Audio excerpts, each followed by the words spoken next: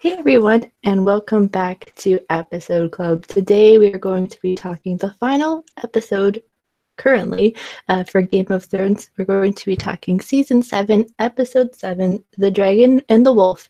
And joining me today, as always, is my partner in crime, Johnny B. Baelish, aka Johnny B. Crazy. How are you doing today? Not doing great. It was a very sad episode. I was murdered in cold blood by a crazy sister. Don't worry, you'll see my face in season 8. Arya, I tried to use it to wed Robin Arryn and be the Lady of the Vale. What's going on, everyone? Thanks so much for having me on, Sasa.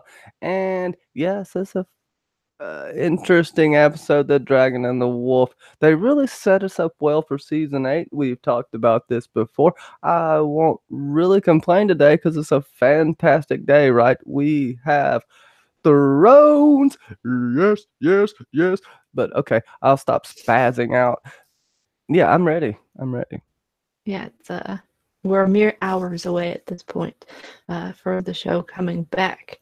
But yeah, let's talk about what happened last season, or as of 590 something days ago. So, we can start basically where the episode starts, which is in King's Landing. And basically, if I could pull up the thing here, pull up my notes, we see the Unsullied kind of reach the gates of King's Landing, and Jaime and Bronn talk about the Unsullied and the Dothraki before we see Tyrion and Daenerys' forces, including Jon. Let's just Before get the all dragon up pit. in this episode, right? A lot of stuff happens. Everybody here knows what happens. Let's not even go through it today. It's pretty linear, right? We can just talk about this poop. So, Jaime and Bronn, they make a good point about the eunuchs, and I actually just was reading A Feast for Crows, and Danny was talking to Missandei, and Missandei was recommended they have them fall on their swords after death. There's so much placed on them, and not having any type of personality or life is kind of ingrained out of them, and they drink this potion that I can't remember the name of that kind of numbs all their senses. But in the show, we get the plot of Grey Worm and Missandei, so that that logic or line of thinking that Bronn and Jaime are pondering over is pretty much obsolete at this point. So yeah, I think it's good. And you got another captain guy. You have two guys competing for best makeup in this episode. No, three, because you have the Dothraki, you have Jorah Mormont, and then you have Euron Greyjoy. You there, Sasa? Yeah, I'm here. Sorry, there was just noise in the background. Yeah, you get a Bronn scene and him talking about like what their preparations are, barrels of oil, and being called Sir Bronn. Like, come on, Bronn's still harping about his castle. Yeah, so I don't know, and I'll try this for a second. But yeah, it's pretty funny that they talk about it's like that's the cockless army, and why Bronn thinks that he would never be an unsullied soldier. But yeah, it's like it's just so stupid. But yeah, we see Daenerys' forces, and then we see the conversation that Tyrion and Jon have on the boat, and it's like, why would a million people live in the city of King's Landing? And Tyrion says better jobs and better brothels, which, hey, of course Tyrion would talk about that. Well, I mean, in my opinion, the only reason they even talk about that is the Night King's gonna raise King's Landing. I think all of those small folk are gonna die. They don't have any food. We're gonna see a powder keg. I think we're gonna see revolt in the street. Cersei's gonna have to deal with rebellion, almost like when they stormed the dragon pit and you had the even there was like an 8-year-old boy. Oh man, I can't remember his name. That was a preacher that rose up, and a couple of other what would you call them? Lick spittles rose up and just caused havoc. And then you had the wisp of a man that came in and led them all to take down the dragon pit. And this could be a little bit of foreshadowing, right? Because we have the dragon pit scene here. And I think it definitely connects. Cersei mirrors a lot of tyrannical rulers and a lot of rulers that have problems with the small folks. So I could see that being an issue. And Cersei will kill them all. She doesn't care. Short hair don't care. Long hair don't care, short hair don't care. I feel the motif of the short hair thing. That may be a thing that Danny may have to do in season 8. Who knows? But yeah, it's just funny to see Jon on a boat because he's normally either on land or on a horse. So it's funny to see them on the boat because we didn't get that in episode 2/3. So yeah. And then with the meeting in the dragon, or on the walk to the dragon pit, we get all of our sort of reunions. The Hound and Brienne and Podrick and Tyrion are the two most notable ones. Brienne and the Hound kind of talk about like they're almost like foster parents reminiscing about a child that they took care of. And it's funny how they're like, yeah, BBM. The common folk don't care if they eat or anything like that. Yeah. Well, the common folks' allegiance kind of sways with whoever's the most in charge. Like first they like the High Sparrow, they kind of like Cersei now. So it's like whoever's the best at this moment. But yeah, the Hound and Brienne is just that's such an epic reunion. And then Pod and Tyrion, it's like I never thought I'd see you again, and it's like likewise. And Bronn has to make always a crude comment about Podrick's special talent. So yeah, the Hound is carrying the heavy box, which has the white in it. Which I wonder how much that weighs between the white and the box. It's made out of wormwood, so it has some holes in it. You know, it's just enough. I think Tyrion put a spell on it. That way the white couldn't break out. No, I'm joking.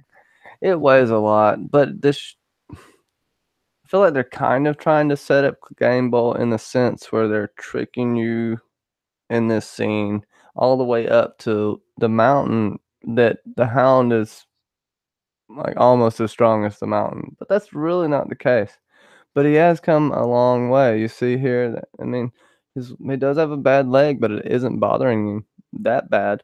And he really, I mean, as soon as he sees Gregor or Sir Robert Strong, he is on him, you know, and you know what's coming for you. It's him.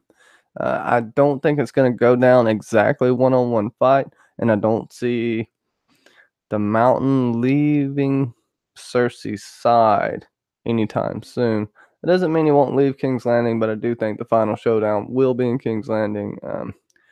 Whether the Hound will be there or not, I don't know. But based on the trailer, I would say he is, because he's not out there in the vanguard on the front lines about to take out the Night King, which makes me think the people we see there are giving their lives for everyone else to escape.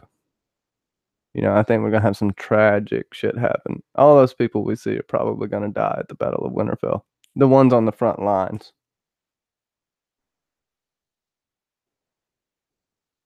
Yeah. Are you there? Oh.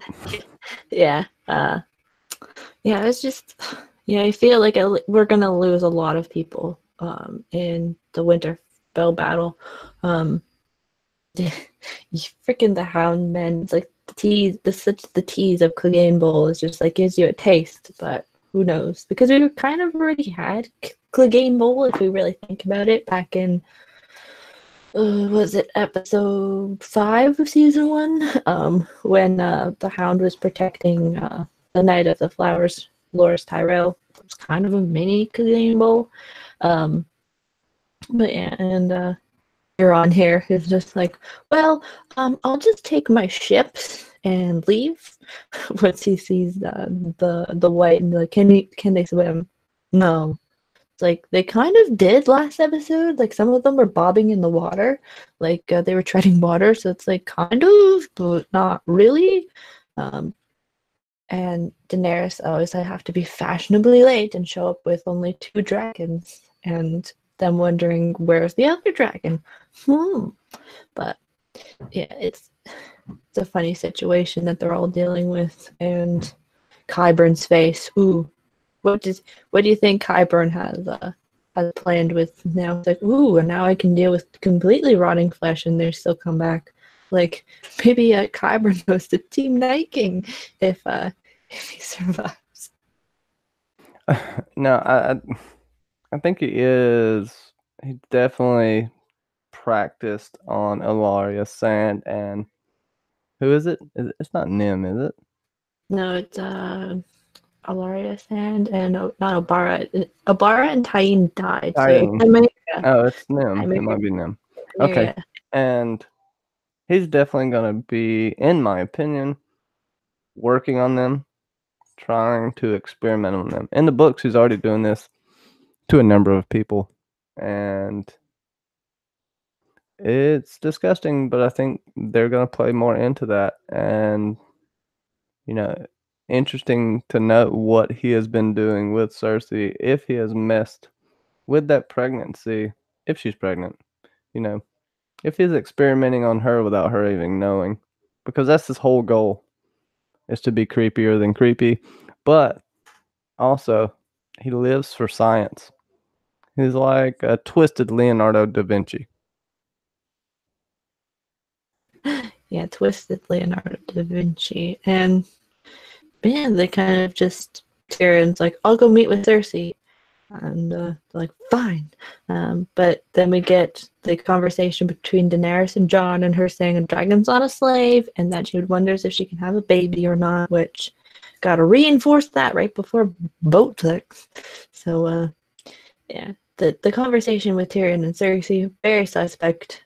I feel like the wine and her overtly avoiding the wine was basically a 21st century tell for us as the audience. Again, if you had forgotten that she was pregnant, like just to overtly say that and state it, because Cersei, I don't think she avoided wine when she was pregnant with Tommen and Joffrey and Marcella. Like I don't think that was like a thing that she did, because that in the times that doesn't seem like it was a thing that women, because we weren't established in the knowledge of what fetal alcohol syndrome and all of that sort of thing. So yeah, but it's very telling, and I know it's bad to say, but I don't think Tyrion will make it out, or he'll just be he may be maimed again in some form or fashion for being treasonous, not necessarily with his mouth, like his tongue or something, but he's gonna face repercussions if he goes against Daenerys. So Yeah, I think we were talking to Justin on the after show the other day, and you know, we could see Tyrion actually sneaking Cersei out and trying to help her escape the same way he had help escaping. I still think Cersei may even kill herself, not believing Tyrion, but also I see a chance of Cersei living and going into exile or hiding here, and something interesting playing out with this baby. The chances probably aren't fantastic, but I could see it happening. It'd be pretty interesting, because we don't have the Valonqar prophecy in the show, and you know, so that takes away her imminent death. You know, people want to put it on her, but it's not in the show, and I think that may be for a point. plug that video. Go suicide, or she's gonna maybe escape, but it would be a horrible life for her, you know. Yeah, plug that video you got coming. Oh yeah, to be dropping in about 30 30 minutes to an hour. It's going to be the Cersei Lannister Season 8 prediction video. It's one of my better videos. I'm semi-proud of it. It's pretty good. Got some nice edits in there. So I hope you enjoy it. It's a nice quickie of ice and fire. So, yeah, definitely check that out. My patrons are already peeping it right now. I have no idea what they think of it, but I'm sure they think it's wonderful. No, I'm just stroking my ego here. Yeah, check out Johnny's Patreon. It's very much great plans are coming for Johnny and his channel, as well as with his Patreon, because you get cool stuff when you join his Patreon. I'm still trying to know the lingo of said website, but yeah, that's kind of where we kind of leave off in King's Landing. Besides Cersei and Jaime having their final separation, possibly, maybe. And what do you think? Do you think Jaime's ever going to make it back to King's Landing? I guess. I think he will. I think his hand will make it to King's Landing before Jaime does. I think Cersei will think Jaime dead.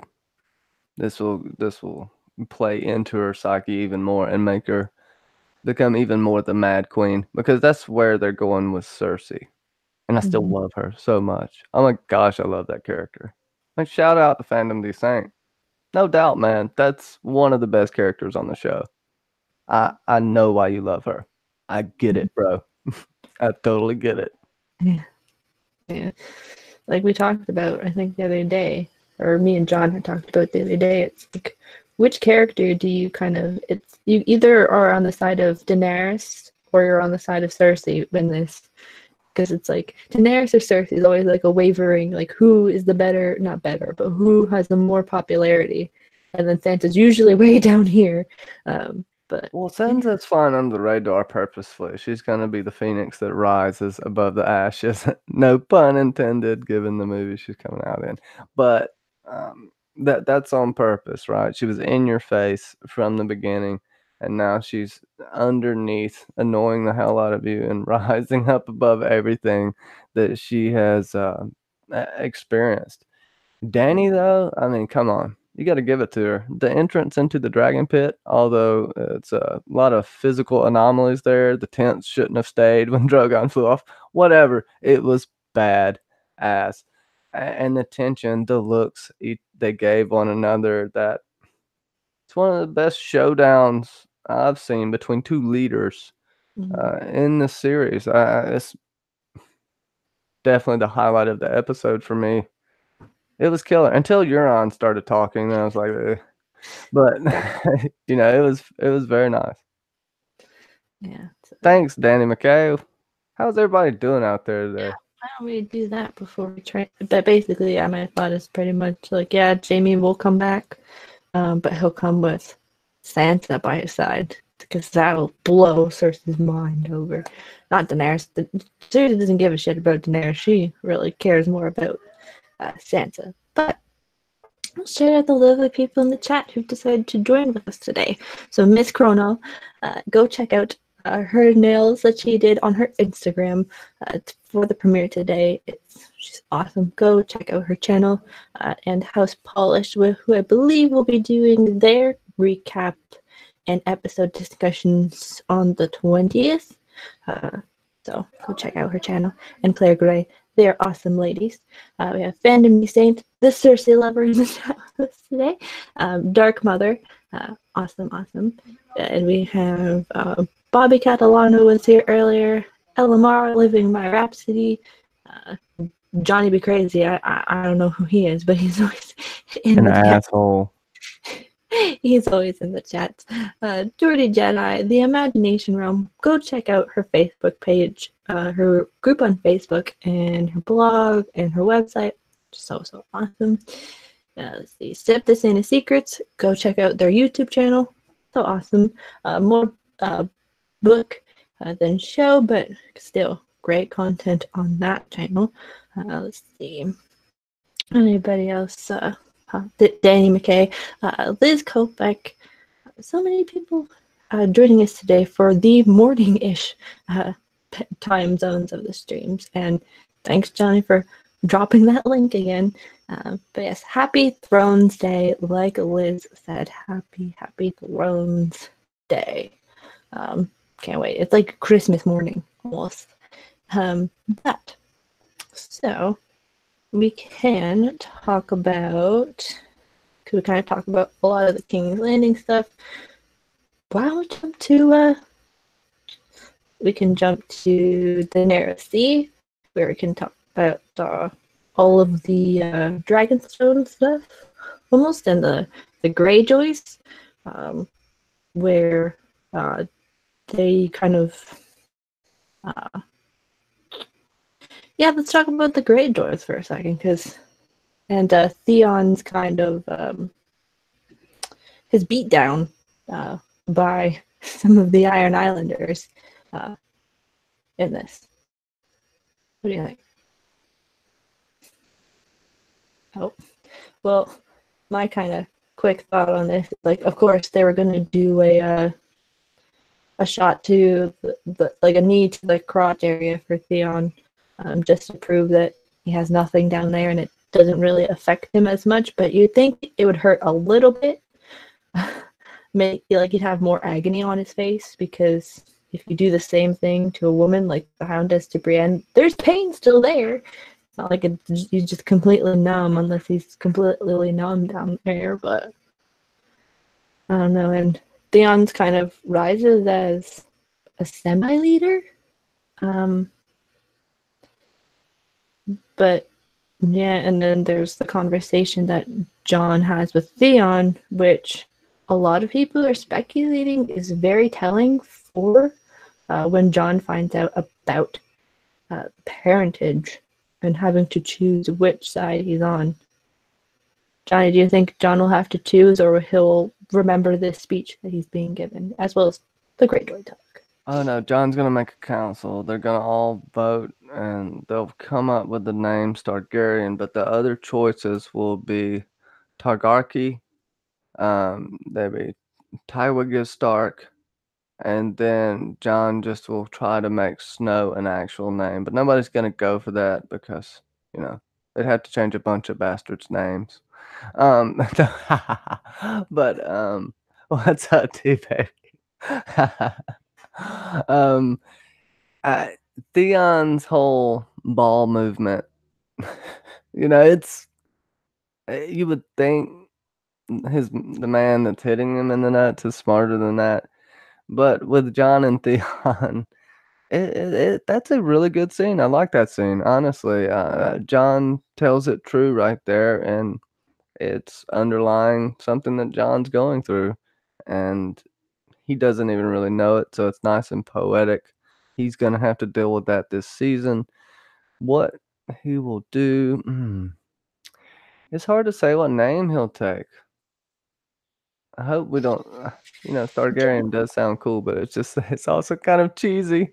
Been using a lot of the Stark and Direwolf sigils like meshed together, so it wouldn't be too, like, it'd be cheesy, yes, but I think HBO even came out with like a shirt a while ago that said House Targaryen on it or something like that, or like mixing, or it's like and then there could be like the house motto is ice and fire is coming, or something, or I don't know, ice and fire is fire and blood plus ice is coming, or something. I don't know.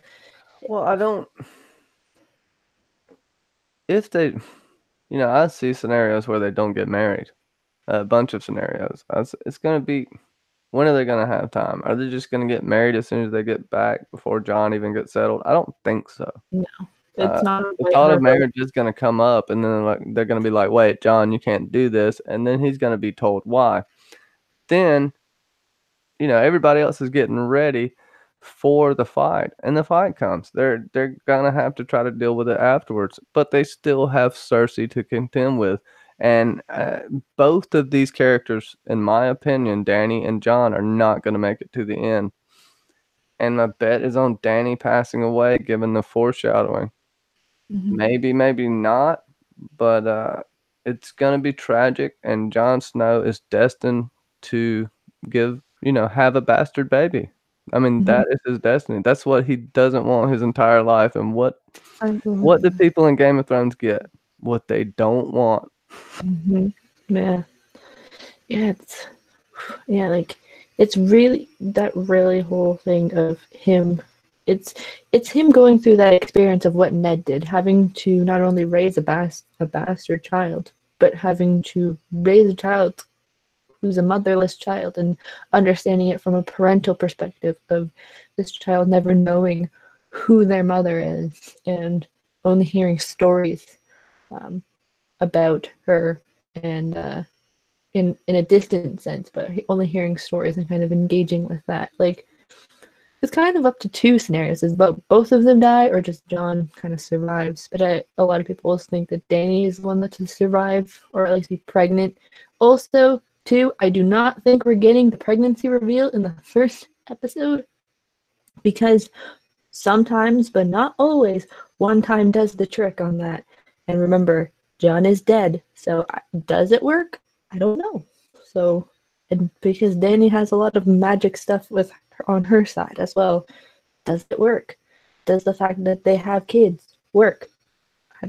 Can they have kids? Like, this whole thing calls into question. Yes, I feel like they'll make it that she's pregnant, but like I've said before a while ago in my videos, I think she gets the title of Mother of Dragons because that's more intimidating than Mother of Dragons and Children. Like, because...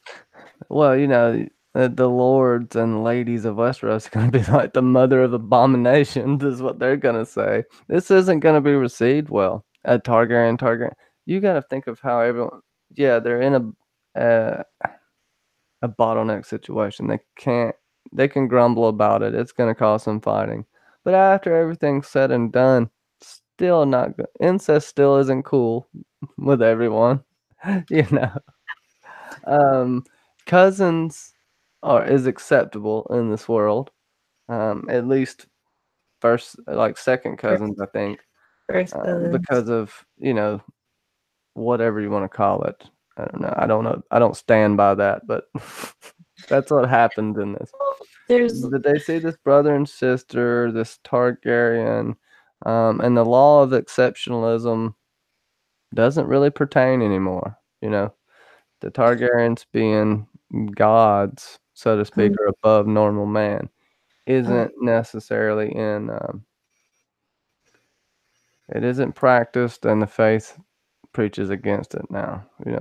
There's wars fought over this, many holy wars in the past. So I don't think we're gonna see a holy war, but I don't think we're gonna see Jon and Dany get married. Unless they do the whole love triangle thing where they do Aegon and his two sister wives, Dany being Visenya, right? And then Sansa being Rhaenys or something like that. Like, I could see them doing that situation to appease everybody. But this is not appeasing everybody is not usually what Game of Thrones is or does. Especially if they're going with Jon as the Aegon, the seventh rose, the Iron Throne, the first rose the Iron Throne, and the seventh will tear it down, kind of thing. But it's T-Baby. It's like for the Northern Alliance to have a Stark in power. It's that connection so that the North is fully connected, even though yes, they're family. It's that they wouldn't fall in love and all that. That's not what she's saying. There's a scenario where they could marry for the benefit of the realm. Not all marriages They've are done happy. it in the past, not them too, but it's been done in the past, and I know it'll be done in the future. Even if Jon does love Dany and loses her, Sansa doesn't really want to marry anyone. They could just have a plutonic marriage and make each other happy by not bothering one another. These two characters would enjoy that, honestly. He did, yeah, because he did tell her, he's like, I would always I'll protect you, and basically insinuating that whole motif or conversations, basically insinuating that I won't have you marry somebody who you don't want to marry, And if that means having him marry her to protect her in that sense, but not outwardly like doing things like that with her, I wouldn't be mad about it. I think that's a smart idea because a lot of people force the Tyrion thing or force the Sandor or Gendry or Podrick thing on her, but that's like the only way that I could see it happen. But if it happens to be Gendry, I wouldn't be mad about it. I feel like it's kind of funny. But yeah, crazier things have happened in the show. Plus, George did say in the original outline that it was supposed to be Jon, Arya, and Tyrion. What if it's Jon, Sansa, and Tyrion, or Jon, Daenerys, and Sansa? Or there's so many like things like that. Plus, for the show, I wouldn't be surprised if they did a Jon, Daenerys, Sansa situation because the fandom is so divided on that. Because that's the thing that's all over Twitter is if you are Team Jon Daenerys or Team Sansa, like I would not be surprised at all if they at least hint at that a tiny bit. Yeah, it's really tough to say. You know, you want to say she would have to marry another house to Baby's point, or Jon would have to marry into another house.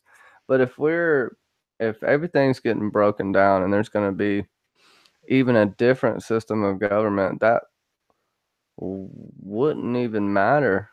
If this feudalistic society is going to change, if this is the beginning of change for all of Westeros, the beginning of change of politics, the beginning of change in general, which I see it could, I think it could be. I think it doesn't necessarily matter which house. Matters if you marry your sister or your aunt or your mom or your brother or father. You know, I think that matters. But I don't know. You know, that's a tough thing because they don't have much time left in season 8, right? So they're gonna even show this system being broken down? Are they going to even give us that much to where we're going to get a resolution to he's going to have to marry this house or that house? I don't think so. I think we're going to be left kind of open-ended here. And it's going to be devastation, but there's going to be hope of rebuilding. And I think that's about all we're going to get, how far we're going to get into the Dream of Spring, basically. We're going to see what can be, in a sense, and the start of something good that is, you know, it'll be like a scorched field with freshly planted seedlings in it. Mm-hmm. Is the best metaphor I can give for what we'll probably see. Mm-hmm. Yeah.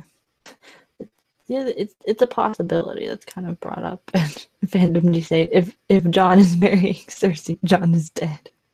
But yeah, he's already dead anyway. He's just a fire white. What's up, Ben, and so many people. But yeah, the whole Jon thing and how he's kind of returned. I wouldn't be too sad about it, and I guess because we're kind of talking about Jon / Dany, we might as well talk about everybody's favorite thing, boat sex. Yeah.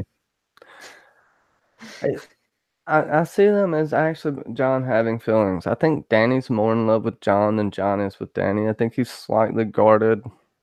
And he's given in a sense to where this, in my opinion, is another Egret situation. I think if Jon has to betray Dany, he will. For even if he loves her, for the betterment. It's going to be harder because then you could say the other way, right? Because of what happened with Egret, he wouldn't betray Dany because he's going to hold on to that love. But then, see, that's why I love what's going on in season 8 because you don't know exactly, because love and duty. That's the biggest thing, that the biggest distinctions, and that's what Jon has had to deal with. But if I was a betting man, I'd say they're in love. I don't think they're going to get married, though. But Tyrion spying on them, Definitely, in my opinion, he has betrayed them already. He doesn't want to be the destruction of his own house, which I can't blame him for. And if he thinks Cersei is pregnant, hook, line, and sinker right there. Because who did he love more than anything besides Jaime? Them kids. I mean, he hated Joffrey after Joffrey grew up or whatever, but he loved Tommen. He loved Marcella. And he even put up with Joffrey when he would have probably killed anybody else's child. You know, that's the tough thing. And the destruction and devastation he saw at the Field of Fire 2.0 is stuck in his head what Varys told him about the Mad King. I kept telling myself it wasn't me who was burning them alive. There's a point to all that. And you can blame Tyrion. You can be mad at him, but I do really think he is. And the fact that Peter Dinklage guessed his ending leads me more to think that he definitely betrayed Dany for love or his family. It's tough. It's tough. Ooh, it's gonna be so good. Can y'all wait for the season or what? I don't care if I'm wrong about every damn thing as long as it's good. We're about now 8 hours away almost, so it's so exciting. But yeah, with boat sex, I was kind of like expecting it to show up but I kind of, if I'm being honest, I kind of expected more besides the door closing and then just horizontal. Like, I expected, like, because this is such a monumental moment, we would have gotten the first kiss or something, like him at least going in for the first kiss as the door's closing, like that, to me, would have made this better, besides just like, hey, wanna do it, like, kind of thing. But I don't know, like, yeah, I think John is pulling another egret situation, even though it's even though people will probably yell at me in the comments, it's really much a egret situation. Fell in love with a girl. She was on an opposing side, so to speak, and he had to do what was right, which was to save the Night's Watch for when it was egret, but to save his family and the people of the North. Could be John's motive, but I could see them giving him the like, I'm so in love with the Dragon Queen motif as well. But yeah, Tyrion and the whole peering outside the door situation leads me to believe that either Tyrion wanted to talk to Daenerys or John maybe, and is just trying to figure out how am I supposed to breach this conversation that I didn't tell them about. But Cersei having a good ending is she's been there from season 1, and why not? I feel like she's gonna survive until the very last episode. She'll die if she dies, she's dying in the very last episode, probably about half an hour before we wrap up this entire series. That's where she stands for me, anyways. If she's dying in the last 30 minutes of the show, not dying before then. Pretty much. I see a struggle throughout the last episode for Cersei to either stay alive or take her own life, in a sense. Like I said, even if Tyrion betrays Dany, he could still betray Dany by helping Cersei escape King's Landing before they get there. Or him and Jaime doing, or if Jaime passes or dies, then, you know, Tyrion would almost feel obligated to save Cersei's life, especially if he thought she was pregnant. Whether or not she's had the miscarriage by now, they won't find that out. Only Cersei will probably know this. You know, she's not going to tell anyone. So I could see it. The more I think about it, I could see a weird scenario where Cersei actually lives, and it's making Fandom Descent so happy. Yeah, I'm just happy to make you happy, my friend. Hashtag weird. Happy to. But yeah, I am on Team Cersei for Geek Chat 1's win or die, team win or die. So I have to represent that fact and the fact that, hey, I think she's got it. I think she could actually do it. But will Cersei see Tyrion again? I think so. We I do think- know. Look, Arya has Peter Baelish's face. They didn't slice his throat for no good reason in the end of this episode. He has that face. He's gonna use it. Now, how though? Cersei's already pissed at Littlefinger, so we have to wonder how she's gonna use that. Cersei, becoming desperate enough, may start taking information back from Littlefinger, and Arya may walk into a trap not knowing. You know, I hate to say Arya would do something that dumb, but we've seen her do dumb stuff when she shouldn't, and she's smart due to writing. Her emotions wanting to get back Cersei could be led into a slight trap where Arya has to fight the mountain, so to speak. That would be insane. But I don't think she's just going to sneak in there and kill Cersei. It's not going down like that. That would be too easy. It wouldn't be enough reward for the people that want Cersei to die. And it wouldn't, I don't know. It needs to be challenging for Arya. And that move she did with Brienne may be foreshadowing to something that's going to happen. Being mortally wounded, maybe even putting her face on someone's dead body to escape death and living in the guise of someone else. Who's to know? Who's to know? I have to think on that one because there may be a few characters that we've already seen that Arya may live on through. If that makes any sense. Yeah, the Arya motif and such. Motif or such. Because, there was the whole mask and face switching thing, like in the House of the Undying. But speaking of that, Baelish dies in this episode. Johnny, were you sad when your voice was cut short in this show? like you said earlier. It's all right. But he's Sasa. It's like saying Santa is his last name. I'll pull clips to show you. Foreshadowing. Now drink. I can pull up like 12 clips to show when I talk about foreshadowing. It's fucking there. It's everywhere. And then yes, Arya's teased at killing Cersei. Arya's teased at killing everyone. I'm just saying I don't think she's gonna walk right up.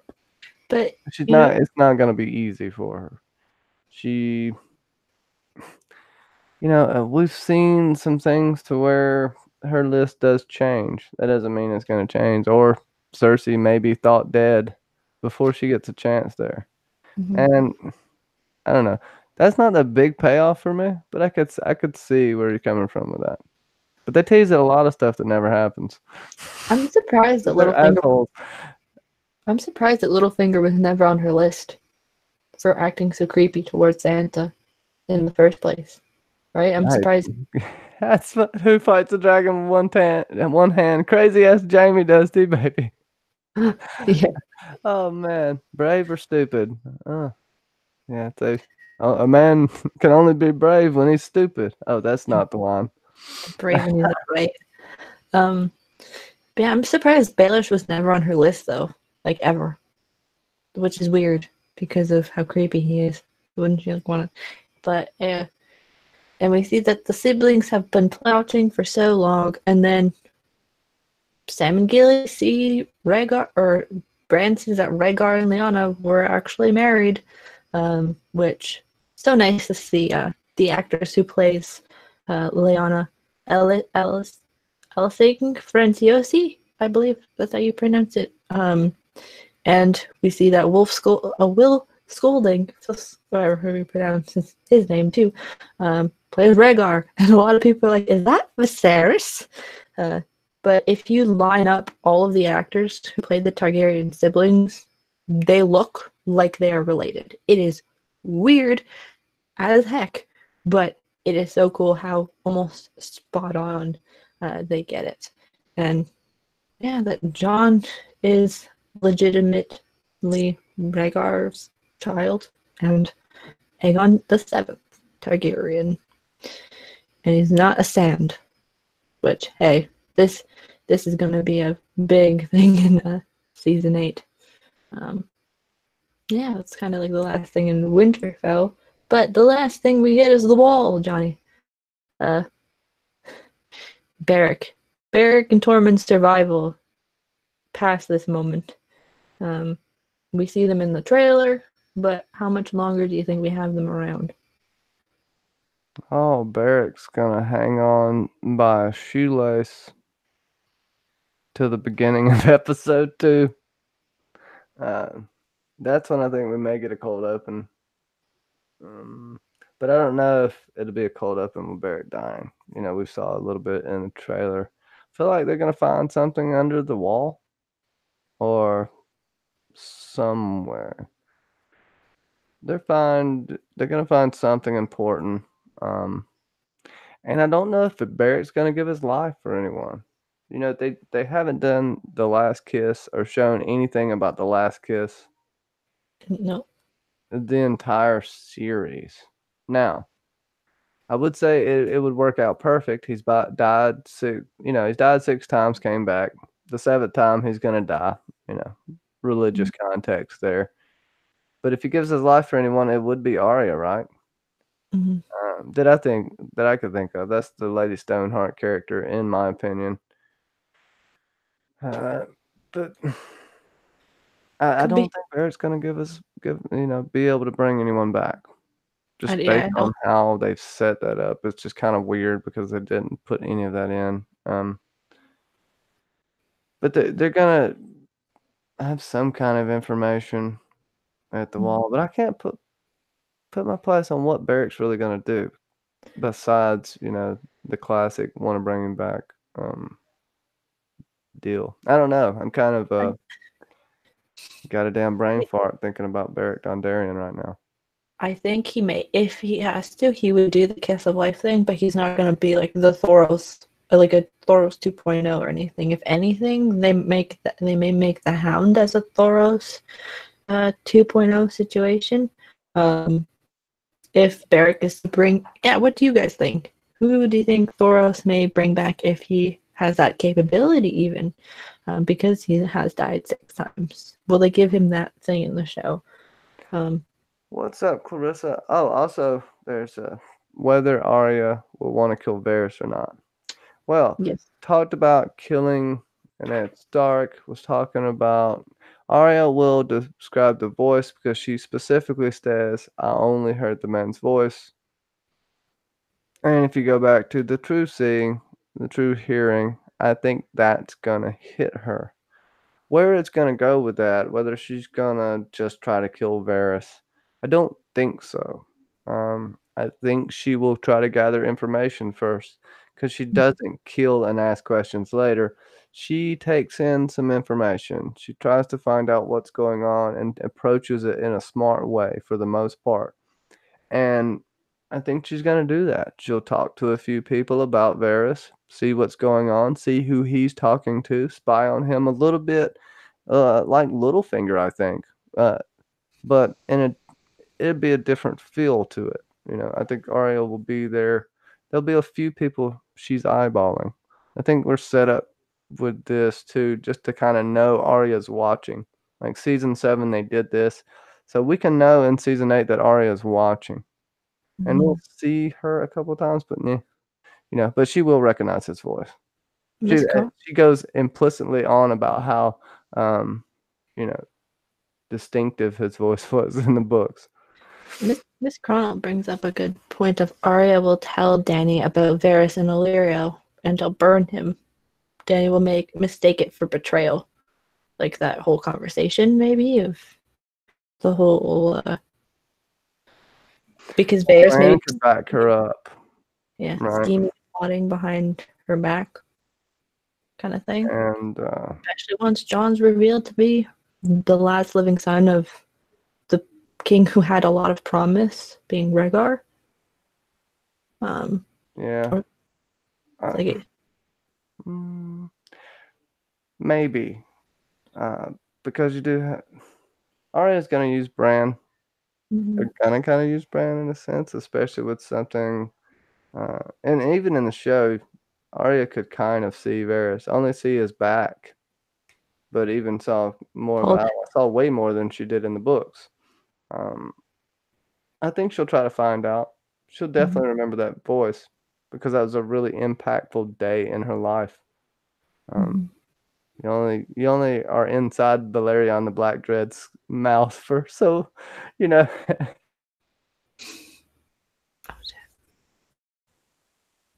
You can tell if it's me Here's who's. the loose end to leave. That is so crazy. I probably dropped just a second, but go ahead. No, I'm just rambling here. I couldn't tell if I was frozen myself or not. Yeah, the fiery hand. They have never set that up though. Do you like the fiery hand and it showing back up with Mel? Like, I think She hasn't even talked about having an army. No. Yeah. It's hard to say, but I feel like Danny might make a presentation though and be like, with maybe having to burn somebody, like, or at least do something with the burning hand. They may bring it in, but is it too late? Because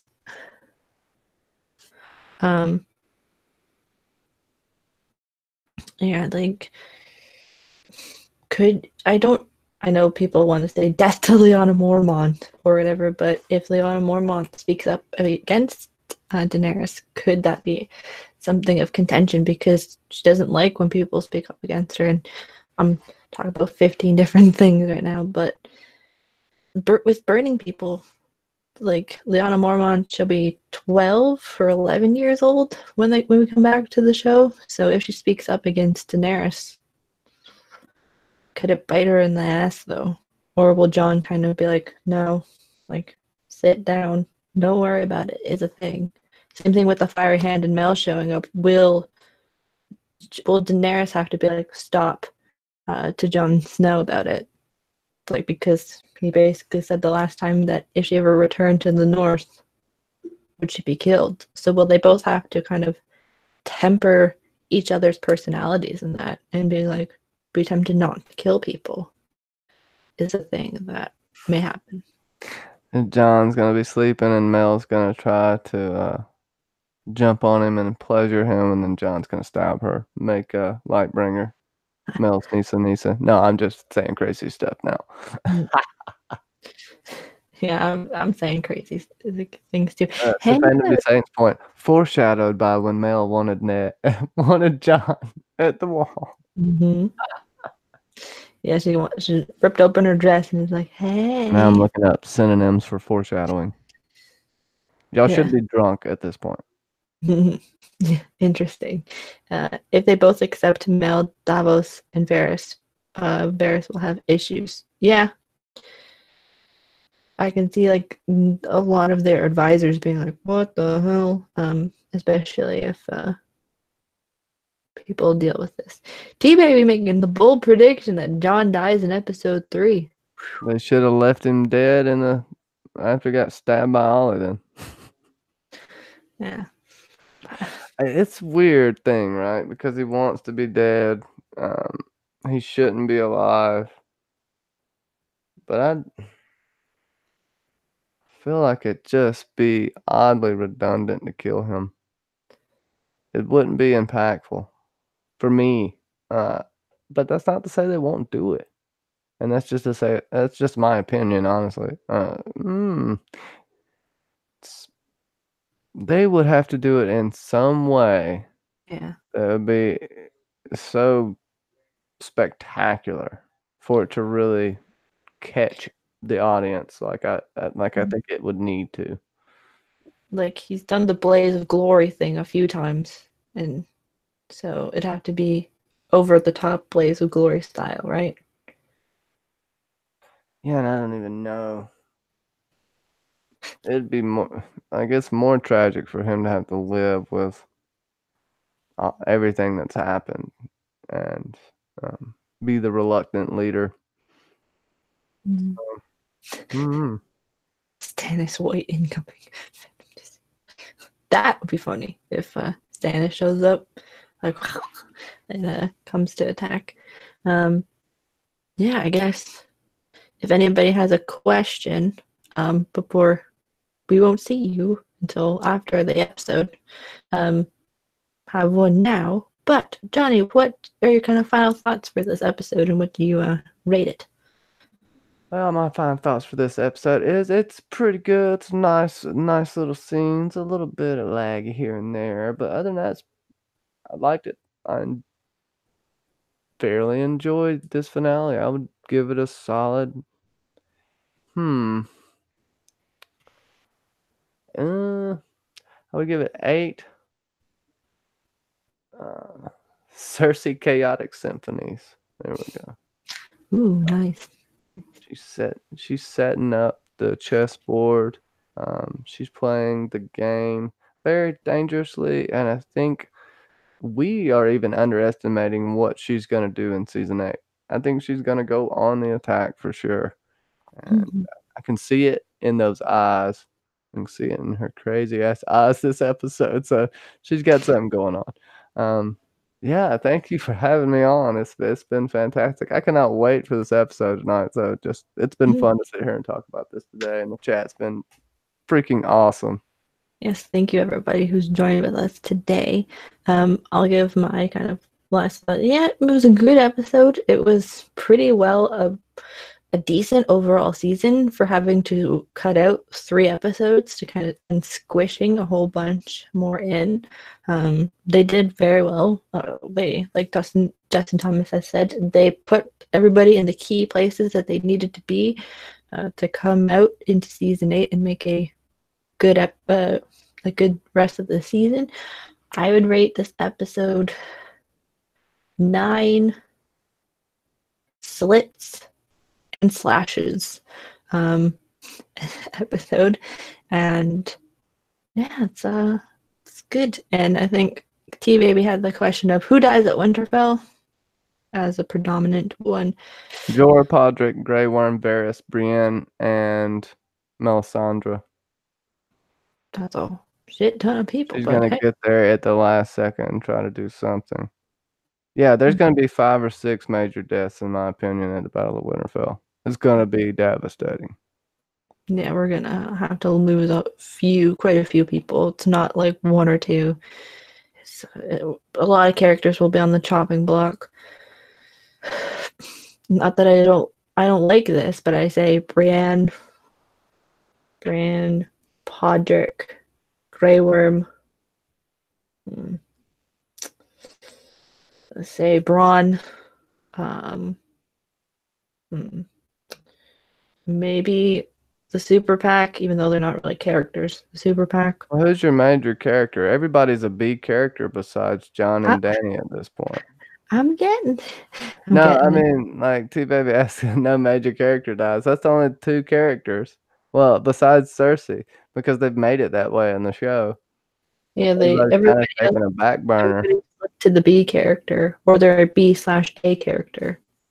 My big character that could die in episode 3, maybe Danny, if I'm being honest.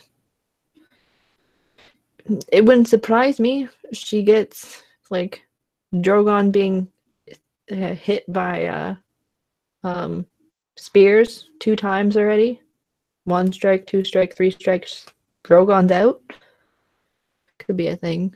And I think Drogon will actually survive. Broken, but survive. That's my crazy theory. But even more people than I said are gonna probably die at the Battle of Winterfell.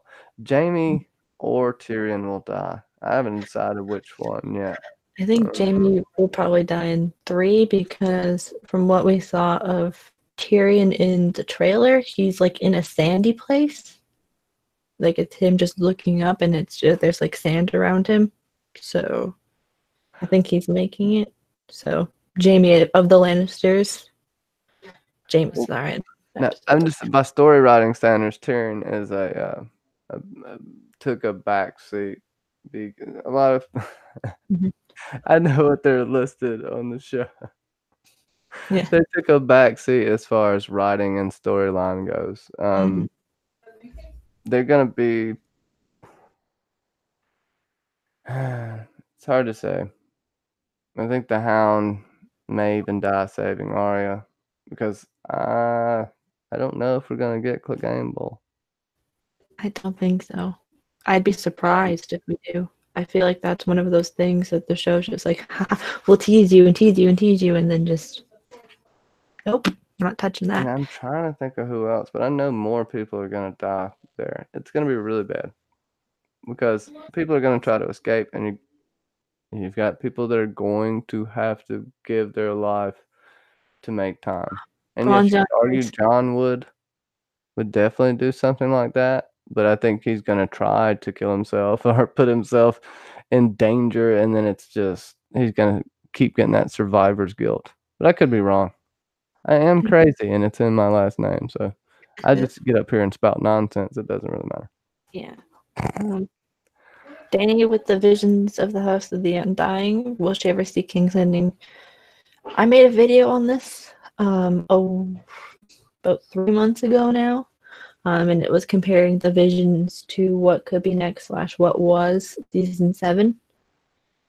The burnt throne room in King's Landing, probably just to show that there probably is an explosion and that winter has come, whether it was deceptive Baelor or the winter actually growing up, and then the whole snow winter has shown up, like the explosion and then her showing up mirrors 701 and so on and so forth. I won't re-explain it because it takes too long, but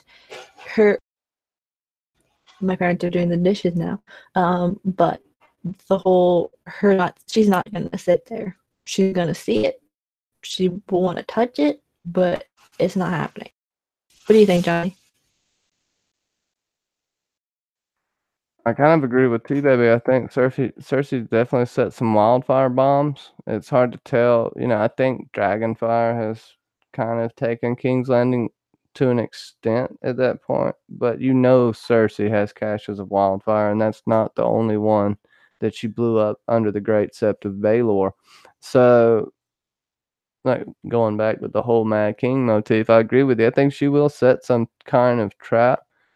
And that's a good point. Danny might get close to the throne and then blow the hell up. And then she's all of a sudden with Khal Drogo. Just like in the vision. That would be crazy. I do like that. Yeah. Shout out to T-Baby. Yeah, blowing up. Yeah, that would make the whole thing of what? Because so many people bank on Daenerys. Plus, I think Amelia said a while ago that Daenerys' last scene in the show makes you understand who she truly is. So maybe what if happens is she sits and then all of a sudden explosion. Miss Chrono thinks that the capital city may move. Where do you think that'll be before we wrap up here? Well, this is what's fun when you say Dragonstone. I don't think they're defeating the Night King at Winterfell, right? They're going to make it to King's Landing. There's going to be a battle for that. Where do they go? Dragonstone. Euron said it. You should go to your island. Now, does that mean they're going to wait it out? No, but I think they're going to send people there that they care about. Dany might even go there. That might be mirror the Tower of Joy and her giving birth and dying during childbirth with John's baby. Definitely see that. I'm sure. I swear, now that I think about it, I've heard somebody say that. But that's what I think is going to happen with Dragonstone. It's going to be almost a refuge. I could see Arya even going there at some point, but she's so close to King's Landing, she will leave to try to go kill Cersei. I don't know. That's some really good thoughts. There's so many things that could happen, and I am probably wrong. So, like T-Baby said, I hope the show isn't predictable. I do too. That's why I kind of hope I'm wrong about almost everything. If a couple of things are right, I'm right. Doesn't have to be fanfic. As long as they do good. They've had enough time, right? We've had like 18 months, so it shouldn't be too predictable. I hope there's no Disney ending though. John Danny survive with the baby and baby direwolves, baby dragons, and they'll live happily ever after in the end. Like, that's not really Game of Thrones. That's just fan service at its finest. extent of DC. Yeah, it'll most of the part will be predictable for us who analyze shit daily. Yeah. For the casual show, I'm gonna make my video public now, I think. Mhm. Yeah. So yeah, So- y'all check that out. It'll be public in just a second. So, while John does that, make sure to go check it out on his channel. It is a Cersei Lannister Season 8 Predictions Wiki of Ice and Fire. Hey, pretty awesome. And I think you might like it. BBM, maybe not so much, but hey, it's there. And yeah, why don't we? So I'll just basically talk about what's going on next.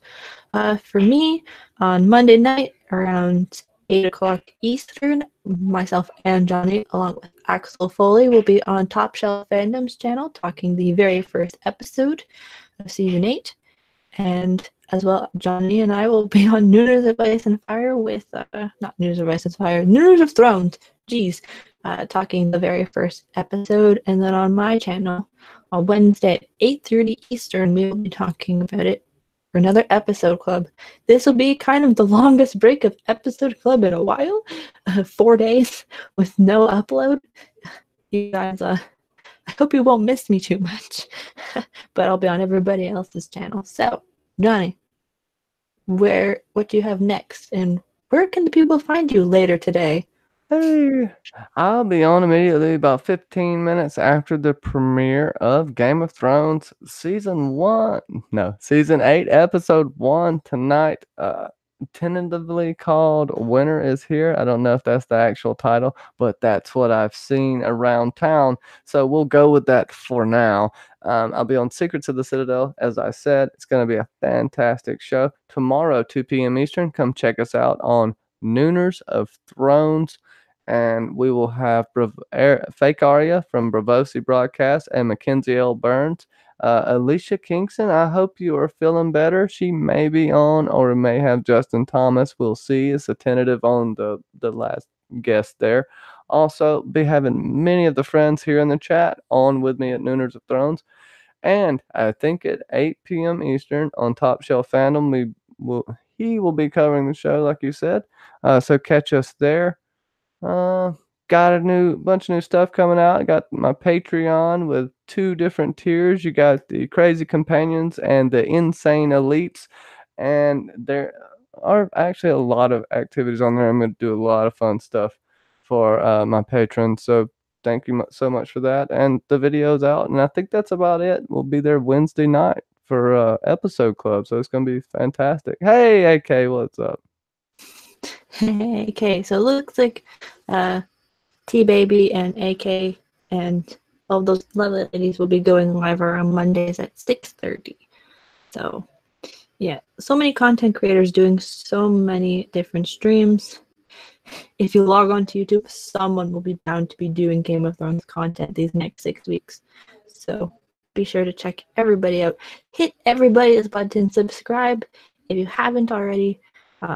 Like this if you haven't already. Yes, I have a Patreon. It's $2 and $5 a month, and yeah, it's a lot more streams and content. You'll enjoy it. Yeah, you'll be seeing more of me, but you'll get also exclusive versions for yourselves. Like it'll be a good time. Make sure to check out Johnny's new video, and we'll see you all in the chat on Secrets of the. I'll see you there, Secrets of the Citadel, and we'll see you later. And winter has finally come. Bye, everyone.